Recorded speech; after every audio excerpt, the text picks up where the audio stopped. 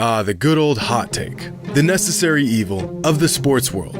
Through the good ones, the bad ones, and the downright atrocious ones, we once again find ourselves racking our brains trying to figure out how some people come up with this nonsense. But today, I've done the brain racking for you and found some of the hottest NBA takes on the internet. So, buckle up. This may be a bumpy ride. Today's video is brought to you by SeatGeek. With the NBA season quickly coming to a close, don't miss out on seeing your favorite team live and in person. And SeatGeek is here to get you in on the action. Check this out. Just download the SeatGeek app and use the promo code Jimmy to get $20 off your first order. SeatGeek makes buying tickets easier than ever before with a rating system that lets you know which tickets are a good deal and which tickets are a bad deal. If it's green, that's a banger. You're getting a good deal there. Red? Not so much. I've been using SeatGeek for years. It's simple, it's easy, and it's a surefire way to get the best deal for your tickets. Whether it's a concert, basketball game, football, baseball, festival, SeatGeek's got it all. Download the app, use promo code Jimmy, and get $20 off your first order today. It's been a couple months since our last edition of NBA Hot Takes, so despite my head still reeling from our last batch, we've got some new scorchers to take a look at. You'd think I'd know better than to peer into the cold, soulless abyss of casual NBA fandom by now, but I'm sick. I can't help myself, and I've got nothing better to do, so here we are. Now this first one, some people are not going to be happy with. This NBA fan says, in terms of excitement, Steph is this generation's Jordan. And I agree. Steph may not be this generation's best player, but when it comes to drawing eyes and attention and putting on an absolute show, there's no one that does it like Stephen Curry. The deep threes, the antics, the fact that he's still on the same team that drafted him, it all adds to the Steph experience that fans across the globe love about watching him play. This man has kids on the other side of the planet rocking his jersey trying to knock down look-away threes. This relatively small, unassuming athlete who wasn't a superstar recruit, rising through the NBA ranks and winning titles amongst giants, how can you not love the guy? Is there anything as thrilling as watching Steph come down the court? Defense absolutely scrambling, trying, hoping they can stall the inevitable. But it's too late. Steph is pulling up from 30 feet, and the outcome is already set in stone. Curry, long distance.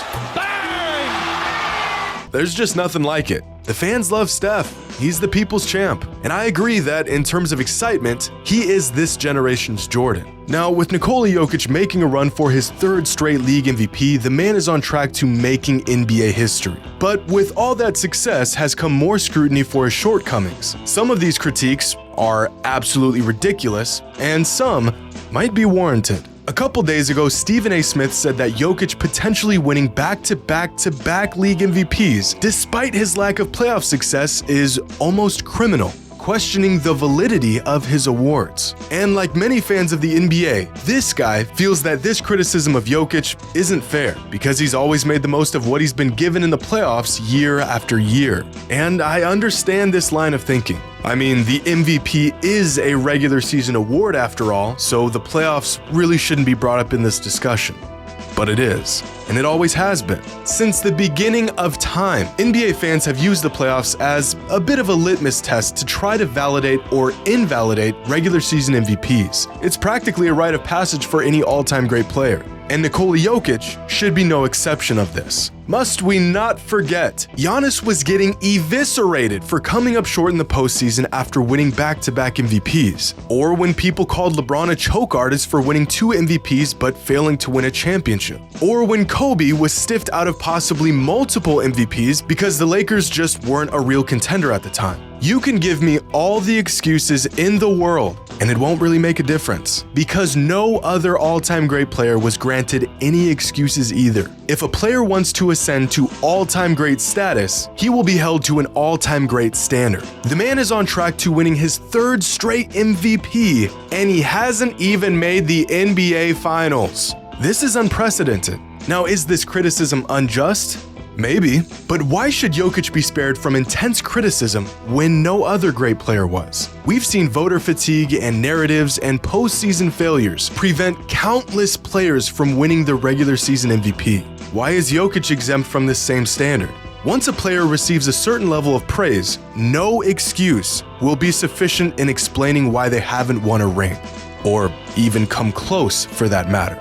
This is how it's always been, and I completely disagree with this take. Now, just a couple days ago, Damian Lillard put on an absolute clinic when he scored 71 points against the Rockets. 71 points. The man hit 13 threes and was a perfect 14 for 14 from the line. He did it all. I mean, this was a masterpiece from Dame. But leave it up to NBA fans to find the faults in this performance because, according to some fans, Dame's 71 points weren't all that impressive since he did it against one of the worst defensive teams in the league. You heard that correctly. Scoring 71 points in an NBA game is no longer impressive if you do it against a bad defensive team. And this take is so unhinged that I almost don't want to even address it. But I'm going to anyways. Now, I'm gonna let y'all in on a little secret, but you can't tell anyone I told you this. Most big games throughout NBA history are against bad defensive teams. Surprise! Pretty crazy, right? Wilt's 100-point game in 1962 was against the Knicks, who were the second worst defensive team in the league at the time. Kobe Bryant's 81 in 2006 was against the Raptors, who were also the second worst defensive team in the league. And David Thompson's 73 in 1978 was against the Pistons, who were the ninth worst defensive team in the league at the time. In fact, this is the case with nearly every all-time big scoring night throughout NBA history. LeBron's career high was against the Bobcats, who were the worst defensive team in the league. Shaq's career high was against the Clippers, who were also the worst defensive team in the league. Steph's career high was against the third worst defensive team in the league, and Michael Jordan's career high was against the ninth worst defensive team in the league at the time. Even Donovan Mitchell's 71 earlier this season was against the fifth worst defense in the entire NBA. It's like some fans have to search for a reason to discredit some players. Dame could have scored 71 on the worst defensive team ever, and it still would have been an incredible accomplishment. You could put me in front of your local youth league championship team, and I couldn't score 71 points in 39 minutes. Every season, every single player gets a shot to go crazy on bad defensive teams. There has been thousands of opportunities for players to use these bad teams as their punching bag, and yet only 3 players have ever topped this 71-point explosion from Dame. This performance was historic, and this take is horrendous.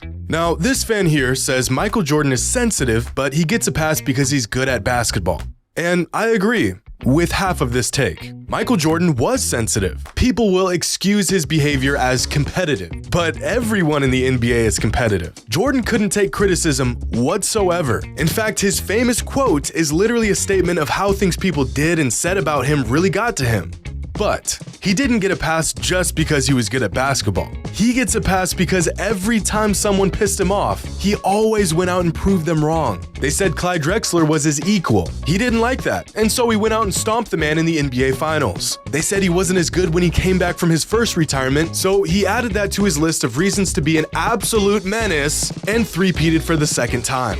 You can be as sensitive as you want if you back it up. I think most NBA fans would consider Kevin Durant sensitive, but if he followed up his tweets with more championships and absolute dominance over the NBA for the rest of his career, those tweets would be an afterthought. Now, our last take is a scorcher, and not even for a split second does it add up in any way, shape, or form. This NBA fan says, "Back then, we used to celebrate three-peats. Now kids are out here celebrating 4 titles in 10 tries and call it greatness."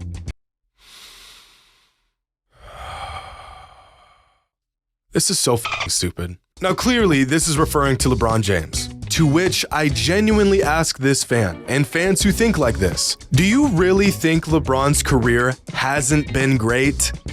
I mean, really? Is it possible that we can celebrate any ring that any player wins at any time? Or has the bar been established so high that if you aren't three-peating, it isn't truly greatness? Alright everyone, new rule. No celebrating rings or titles or MVPs or big or small successes anymore. We are only celebrating three-peats. Dirk's ring wasn't great. The bum only won 1 in 21 years. Boston's ring in 08, worthless. Raptors in 2019, bums. Bucks in 2021, Giannis and the gang, bums. We don't celebrate that. Get that out of here.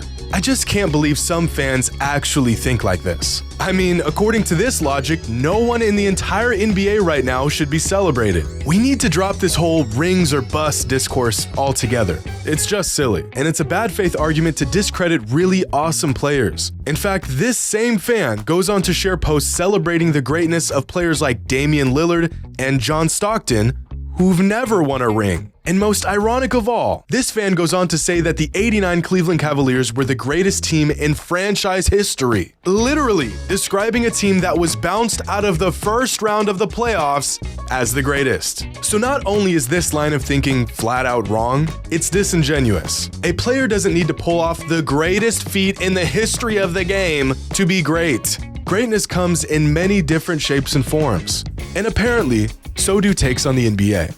And unfortunately, that's all the racking my brain can handle in one sitting. But y'all know the drill. Leave a comment with your hottest NBA take. The hotter, the better, or worse. Hope you all enjoyed. And as always, until next time.